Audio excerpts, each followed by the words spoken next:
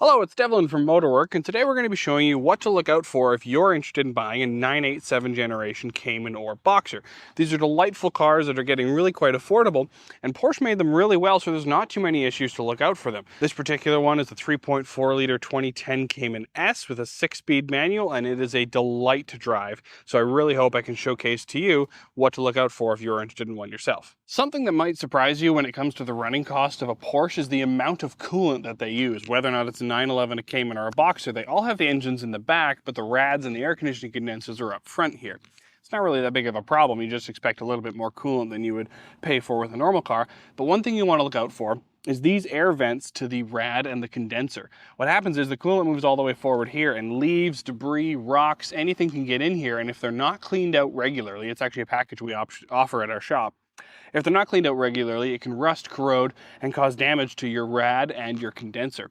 Get your head down here, get low to ground to the car, and look in there to make sure that all the wings, the fins on the air conditioning and the condenser aren't damaged, and that there's no pile of debris that's been left in there from a lack of maintenance. So that's what you want to check on the front of the car, and then you also just want to check, because they're quite low, for any paint chips and damage to the bodywork up front here, because that can cause you, it's both aesthetic and it can also cause corrosion issues down the road. Wheels, tires, and brakes. You want to make sure that there's no damage to these. You want to make sure that there's no heavy lip on the brakes here, and you want to make sure the pad life is healthy. You can generally look into it if you're wanting to do the inspection yourself. We do recommend you get a pre-purchase inspection anyways, because there's a couple of things on the bottom of the car that you won't be able to see when you're crawling around it yourself.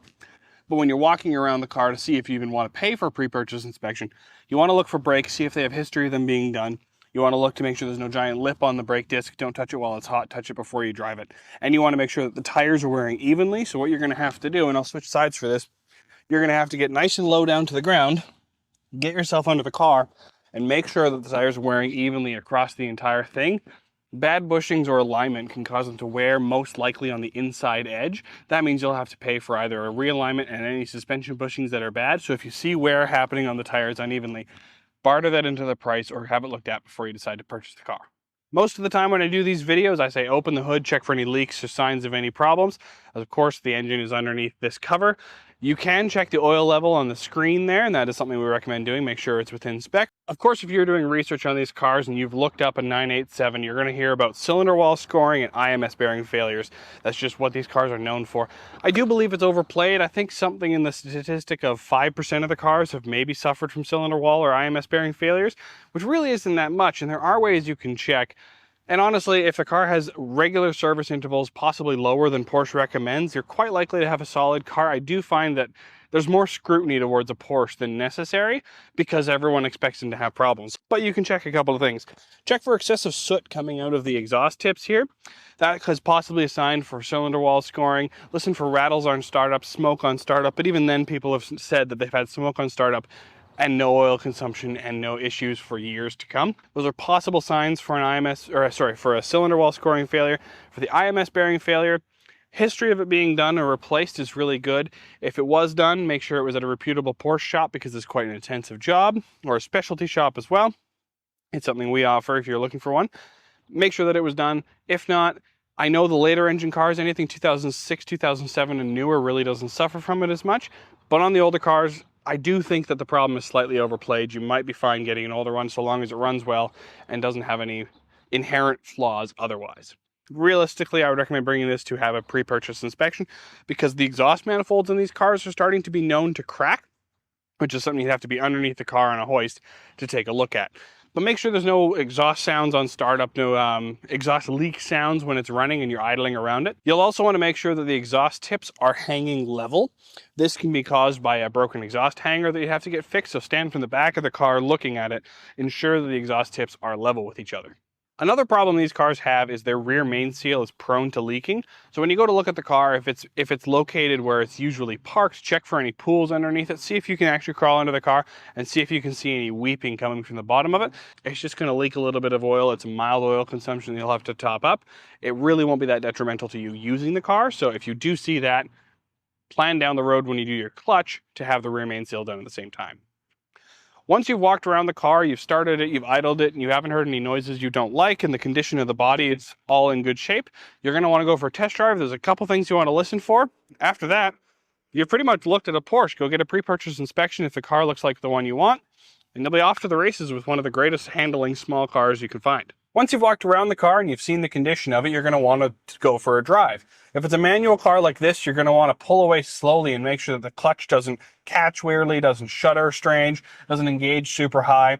And if it's a PDK car, you're going to want to make sure it's also smooth in its operation and that it listens to all your commands, upshifts, downshifts, automatic mode, manual mode. You're going to want to make sure it does all of those properly. For the engine, when you're sitting there, you're going to want to rev it, and you're going to want to make sure you don't hear any exhaust manifold noises. You want to make sure you don't hear any ticking noises, and you don't want to make sure you want to make sure that you don't see any smoke coming out the back. When you're looking at the car, you want to make sure it doesn't sit uneven. These cars have a possibility of their springs failing, their coil springs, which will cause them to sit unevenly. So you want to make sure that it sits completely level on the ground. If not, you might have to budget for a coil spring replacement. Overall, these cars really were built quite well. The interior plastics and quality are something you might want to look out for. A lot of the times these buttons can wear off so that they don't actually show their color anymore. They're just kind of white blank plastic instead of saying temperature and fan. Those, you can get replacement head units for that to make them look new again, but it might be something you have to budget. So just be very careful in inspecting all of your buttons to make sure they haven't peeled. That was an early 2000s Porsche thing. It was the same in the 911s, where the quality of the switchgear was just kind of fine. The steering in the car should feel tight and linear. There should be no hard spots. This is a hydraulic power steering system, so you want to make sure that you don't hear any whining from a pump that's possibly down on fluid. You shouldn't really. They're not known to have issues. And then, of course, you're not going on a joyride in someone else's car, but if you should rev the engine out, it should be smooth. It should go from wherever you are up to a 6,000 or 7,000 RPM, and it should be uninterrupted with no strange noises that should sound sonorous, actually. This is a delightful sounding engine. The intake is just behind you there. It should rev cleanly and smoothly without issue. As I said, you're not going on a joyride in someone else's car. You're just making sure it goes through the rev range once or twice. You're going to be listening for any clunks or rattling in the front of the car or the back of the car. The sway bar end links are known to go. So if you hit any small breaks in the road and hear a clunk instead of just the noise of the bump, that might be cause for concern with the sway bar end links. Not terribly expensive. Same with the bolts that hold the sway bar down. Those have been known to back out. Neither of them are terribly expensive, but you want to be listening for them as you drive. The cooling system on the car should stay nice and centered. If there's no problems in front of the rad where it's not plugged, then it should stay cool. You want to make sure that it get it up to temperature to ensure that everything is working. But overall, it should stay straight in the middle of the cooling system. It shouldn't track down the road in any strange way. It should go straight and narrow. The 987 generation Cayman and Boxster are well-built cars by a known manufacturer, and they have a solid reputation of being quality products. While it's important not to overlook known issues like the IMS bearing failure and the cylinder wall scoring, it's still worth noting that it's not a high percentage of the cars. So check for the telltale signs of whether or not they're there, but don't make that your entire basis of not buying one of these delightful cars. Many of our customers drive them for years without issue, and they really get to enjoy something that is quite special. The smaller platform of these original cars really does make them something unique. They're delightful places to be, and the most important thing you can get when buying a Porsche is their service history.